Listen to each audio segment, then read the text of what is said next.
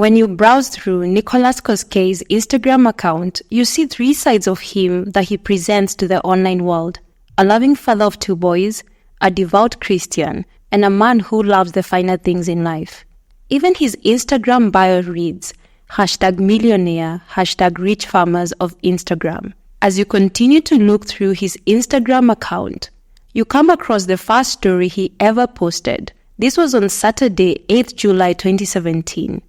The Instagram story is a photo of a woman with a caption, "RIP, forever in our hearts." If you don't know Nicholas or his story, you might wonder who this woman is, as this is the only time she appears on his Instagram account.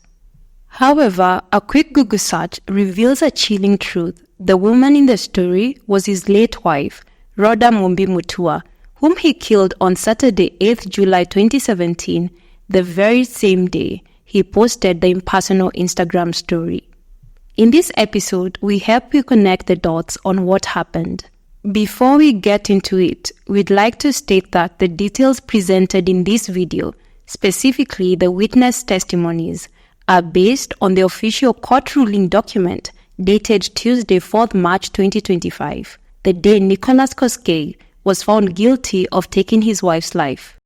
Welcome to Silent Shadows. As always, if you appreciate our true crime storytelling, support our work by liking and subscribing. Together we uncover compelling tales of crimes and mysteries in Kenya and beyond, presenting well-balanced narratives that respect the victims and their loved ones. Rhoda Mumbi Mutua was born on 28 May 1983 to Geoffrey and Kirsty Muthuri. She was the youngest of three siblings. Her family described her as intelligent, loving, caring, and deeply family-oriented. Rhoda would go on to start her own family with her husband, Nicholas Koskei, whom she met while interning at the United Nations. The couple would be blessed with two sons. They welcomed their firstborn in July of 2012 and their secondborn in November of 2014. As their family grew, so did Nicholas's career in the UN. His LinkedIn profile shows he worked at UNICEF from 2009 before joining UNOPS in 2012. He then rejoined UNICEF in 2013, where he worked until January of 2019. From the outside looking in, Nicholas and Rhoda seemed to have it all: a loving marriage, a beautiful family, and a very comfortable life. On one of his Facebook accounts, Nicholas often shared glimpses of their life together, posting photos of family vacations, moments with his sons, and time spent with Rhoda. But behind closed doors, things were far from perfect. Nicholas's family allegedly never fully accepted their marriage because Rhoda was from a different ethnic community. Additionally, according to Rhoda's sister's testimony in court, the couple's relationship had become increasingly strained for about a year and a half before Nicholas took Rhoda's life. The strain in Rhoda and Nicholas's marriage stemmed from Rhoda's suspicion that Nicholas was having an affair since he was distant and unavailable. Nicholas frequently went home late, and on Valentine's Day, 14th February 2017, he even chose to spend time with another woman instead of his wife. Feeling troubled, Rhoda opened up about the challenges she was facing in her marriage to her sister and a close friend named Mose. In a WhatsApp conversation shared in court, Rhoda told Mose that her husband, Nicholas, was cheating on her. Rhoda told her friend that her husband had left her alone on Valentine's Day and she no longer trusted him. Months would pass without the couple resolving their marital issues, and in July of 2017, things took a dark and tragic turn. Nicholas lured his wife Rhoda to a weekend getaway under the pretense of working on their marriage and celebrating his 36th birthday. Rhoda was excited about the trip. It was a chance to spend quality time with her husband Nicholas, who didn't spend much time at home, and to work on their marriage. What Rhoda didn't know was that Nicholas had planned to take her life during that trip. On Wednesday, 5th July 2017, Nicholas called Jacaranda Lake Elementaita Lodge to make a reservation.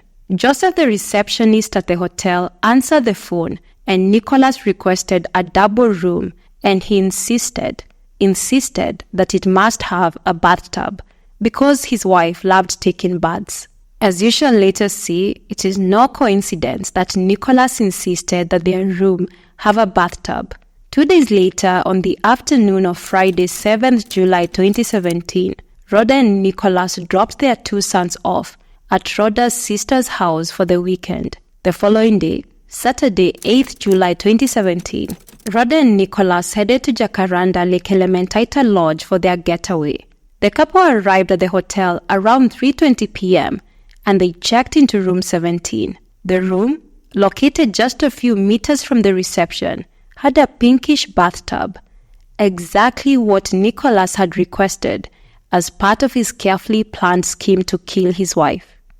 After checking in and dropping off their bags in the room, the couple headed to the pool to relax. Nicholas even took a photo with Rhoda and shared it in the family WhatsApp group with the caption, "Pokeeni salamu kutoka Elementaita," which translates to, "Receive our greetings from Elementaita." Around 4:30 p.m., a waiter named Ambrose attended to the couple. Nicholas ordered 2 bottles of beer, which Ambrose brought along with 2 glasses. Rhoda declined the beer and instead asked for some ginger tea. They stayed by the pool until 5:30 p.m. As the evening chill set in, they moved to the terrace, where they stayed until 6:45 p.m. As they were leaving to go back to their room, Nicholas asked Ambrose for a menu. After getting the menu, the couple left, and that would be the last time any hotel staff saw Rhoda alive. At around 9 p.m., 2 hours and 15 minutes after the couple had left the terrace for their room, Ambrose the waiter says he met Nicholas at the terrace door. Ambrose asked if they were ready to order dinner, but Nicholas, who was panting and sweating, told him he had just come back from a jog. This was an odd response to the waiter's question, and as you'll see, it was Nicholas's attempt to create an alibi. But that wasn't the only strange thing. For someone claiming to have been out jogging, Nicholas wasn't dressed for it. He was wearing blue jeans and slip-on shoes. Ambrose left, and when he passed by the terrace a few minutes later, he found Nicholas looking visibly distressed. Nicholas told him he had been trying to call his wife, but she wasn't picking up. Around 9:30 p.m., Nicholas went to the front desk and spoke to the night receptionist, called Benson. Nicholas told Benson that he had left his wife taking a bath, but she wasn't answering her phone, and he wanted help getting into their room. Benson got the spare key for room 17 from housekeeping and asked one of the security guards called Dalmas to accompany Nicholas to his room and bring the key back afterward. In court, Dalmas explained that when they got to room 17, Nicholas used the spare key to open the door and he went in. Dalmas stayed at the door, just looking in. He saw Nicholas walk to the bathroom, push the door open and look inside, but he didn't go all the way in. Dalmas went on to say that suddenly Nicholas stepped away from the bathroom, holding his head, dropped to his knees and asked him if there was a doctor around. Nicholas then told Dalmas that his wife Rhoda had collapsed in the bathroom and asked him to check if she was breathing. In hindsight, Nicholas's reaction to finding his wife unresponsive in the tub was strange. It raises questions. Why didn't he go to where she was, touch her, shake her, check her pulse, try to help her, call her name, and even scream? Dalmas, the security guard, went into the bathroom, but when he saw Rhoda without clothes and unresponsive in the tub, he quickly stepped out without touching her. He then ran to the front desk and told Benson there was a serious issue in room 17 that needed his attention. Benson and Dalmas went to room 17, and after Benson found Rhoda deceased in the bathtub, he immediately escalated the situation by calling the hotel manager named Mwai, who quickly came to the room as well. Mwai, the hotel manager, would later tell the court that he found Nicholas sitting on the bed, and when he looked into the bathroom, he saw Rhoda lifeless in the bathtub. Mwai, the hotel manager, then called David, the hotel security officer, who arrived about 15 minutes later with police from the Gilgil police station. When he got to the hotel, the security officer first inspected the premises to check for any signs of a security breach to determine whether someone might have snuck into Rhoda's room while her husband was out jogging and killed her. However, he found no evidence of such breach. It was also through his testimony in court that we learned the hotel had no CCTV cameras. When the police arrived at room 17, they immediately secured the scene. As per the police officer's description of the scene, they found Rhoda lifeless in the bathtub, with white substance oozing from her mouth. Near her head, on the edge of the tub, was a quarter-full bottle of Baileys and a glass with a drink. As for Nicholas, who was also in the hotel room, he appeared restless. He kept pacing around the room, sitting down, standing up, lying on the bed at one point. He even got into the bed and covered himself with a duvet. One of the police officers even told the court that when he arrived at the scene, he saw Nicholas scrolling on his phone. Everyone processes grief in their own way, but Nicholas's reaction did not seem consistent with someone who had just found his wife deceased. One of the police officers at the scene, Sergeant Alice Monari, also noticed that Nicholas had a fresh injury near his eye, which, given the mysterious circumstances surrounding his wife's sudden death, seemed suspicious. Something else at the scene that caught the police officer's attention was the fact that Nicholas said he'd left his wife in the room taking a bath, but the bathroom did not look like Rhoda had gone there to take a bath at all. The water in the tub was clear with no soap, and both the bathroom floor and the mat were completely dry. Nicholas's strange and suspicious behavior on the night his wife died would continue. You see, before Rhoda's body had even been moved to the mortuary, and before he had informed her family, he had already posted a photo of her on his Instagram story with the caption, "RIP forever in our hearts." According to court records, Nicholas didn't notify Rhoda's family until the next day, Sunday, 9th July 2017, at around 2 a.m. He called Rhoda's cousin, Robinson, simply letting him know she had died in the hotel's bathroom, without going into much detail. He then asked Robinson to break the news to the rest of the family. Robinson, unsure of how to proceed, reached out to another relative, also Rhoda's cousin, one Dr. Misheni. Dr. Misheni contacted Nicholas to find out more details on how Rhoda had died, and then he took it upon himself to inform Rhoda's father, as well as her siblings, of her passing. Nicholas was then taken to Gilgil police station to record a statement. He and the officers left the hotel around 2:30 a.m. At the station, a police officer named Moriuki and the OCS took his statement and immediately noticed inconsistencies between what he had told them and what he had earlier told the hotel staff. At the station, Nicholas claimed he had left the room to get food, and when he returned, he found his wife dead in the bathtub. However, he had previously told the hotel staff that he had gone out for a jog, and when he came back, Rhoda wasn't answering his calls or responding to his knocks at the door. That's when he asked for spare keys at the front desk and went to room 17, where he found his wife dead in the bathtub. After recording his statement at the police station, Nicholas returned to the hotel, where he was checked into a different room, room 19, to spend the night.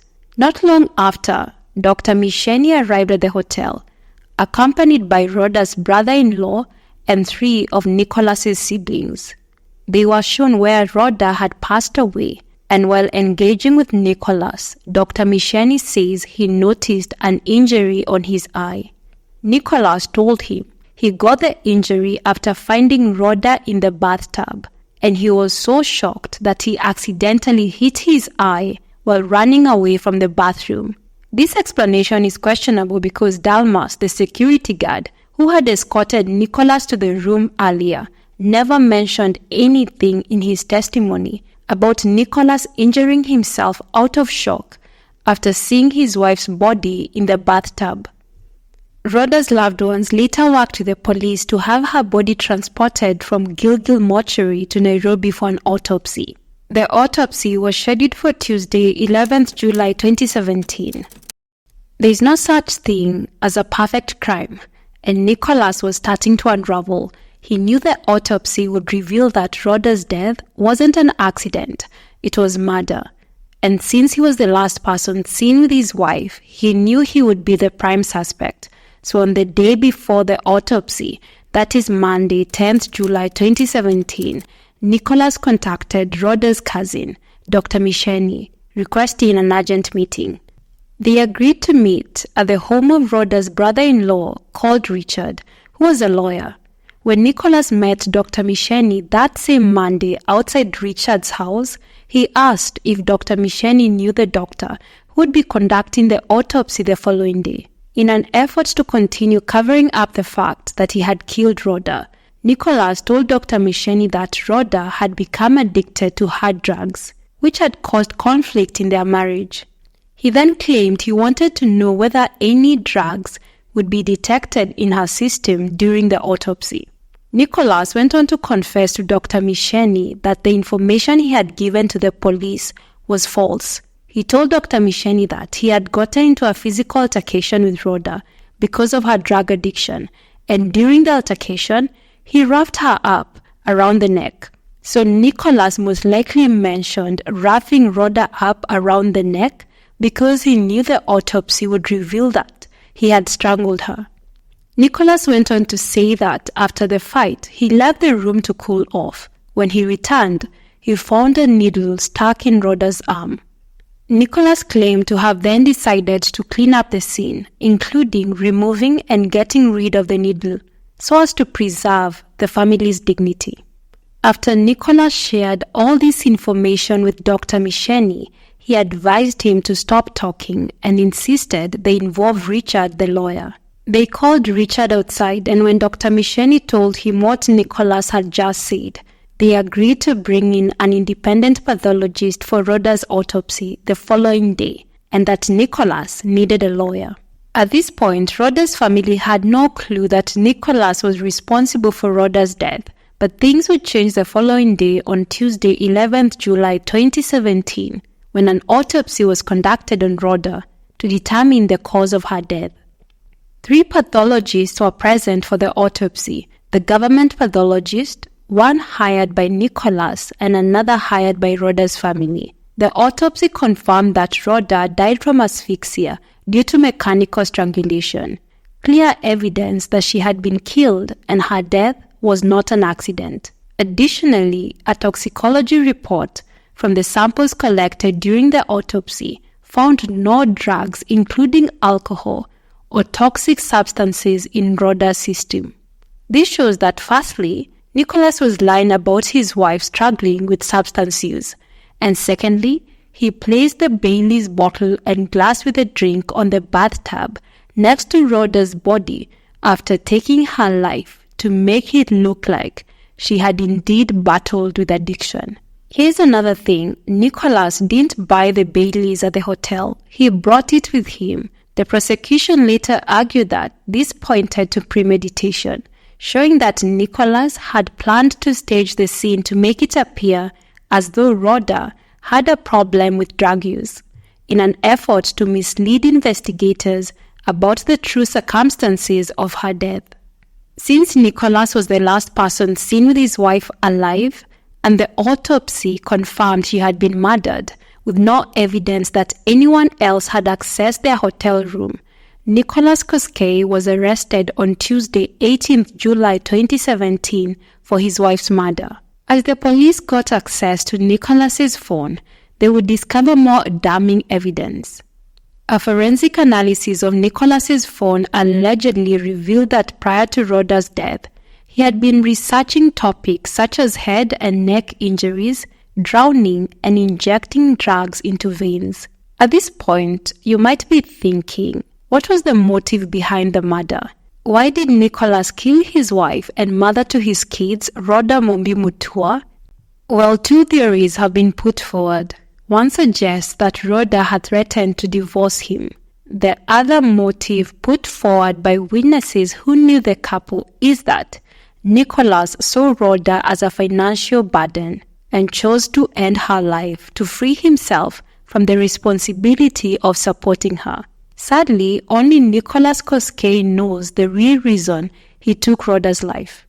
Rhoda was laid to rest on her father's farm in Chuka, Tharaka-Nithi County on 22nd July 2017, but it took nearly 8 years before her husband and killer, Nicholas Koskei, was finally held accountable for his evil and selfish act. Even though there was clear evidence pointing to Nicholas as the person responsible for her murder, he managed to escape prison for all those years, thanks to corruption and incompetence in our judicial system.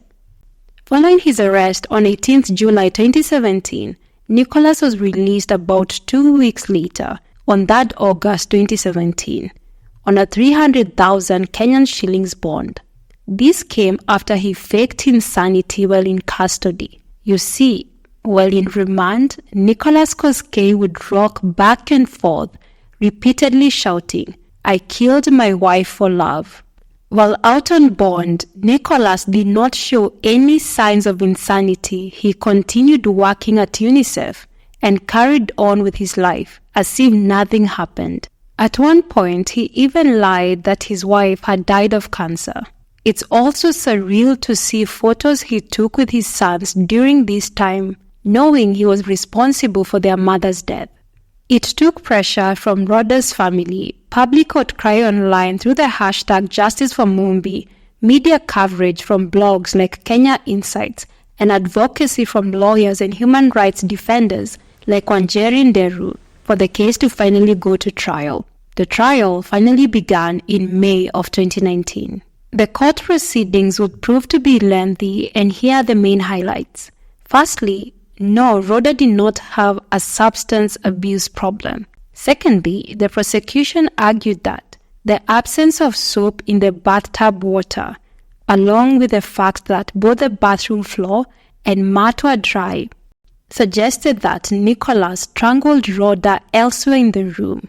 The prosecution argued after Nicholas killed Rhoda elsewhere in the room, he then placed her in the bathtub, most likely when it was still empty, before filling it with water after she had already died. Additionally, the prosecution pointed out that the injury Nicholas had beneath his eye likely occurred while he was strangling Rhoda as she fought back in her final moments. Thirdly, the status of Rhoda and Nicholas's marriage featured prominently throughout the court proceedings. Many of their family members and friends testified that, apart from the usual marital disagreements, they weren't aware of any serious issues that could have led Nicholas to take Rhoda's life. This doesn't mean that their marriage was smooth.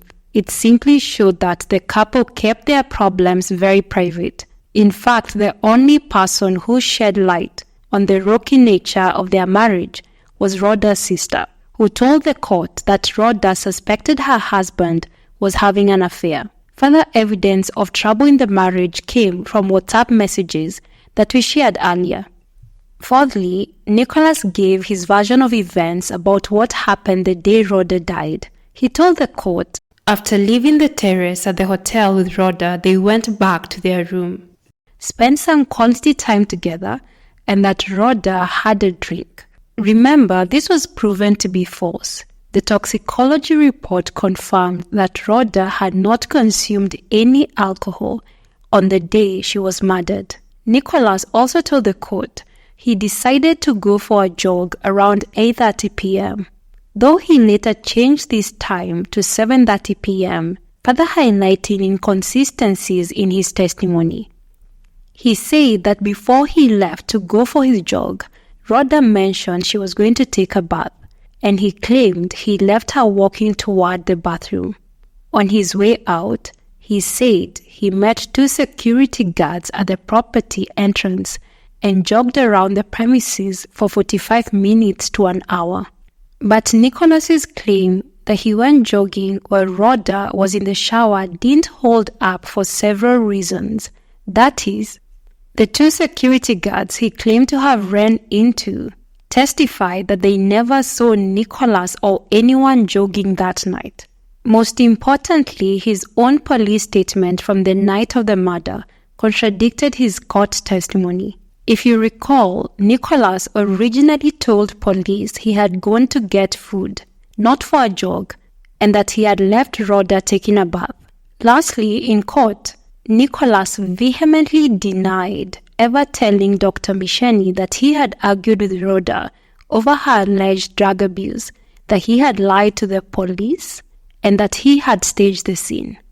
After nearly 8 years of evading justice, on Tuesday, 4th March 2025, at the Naivasha High Court, Justice Richard Mwongo found Nicholas Koskei guilty of murdering his wife, Rhoda Mumbi Mutua. Send our deepest condolences to the family and friends of Rhoda Mumbi Mutua. May her soul rest in eternal peace. Thank you for joining us today. If you appreciated this video, please give it a thumbs up. And don't forget to subscribe to our channel to be notified when the next video is up. Until then, please take care, stay safe, and always trust your gut.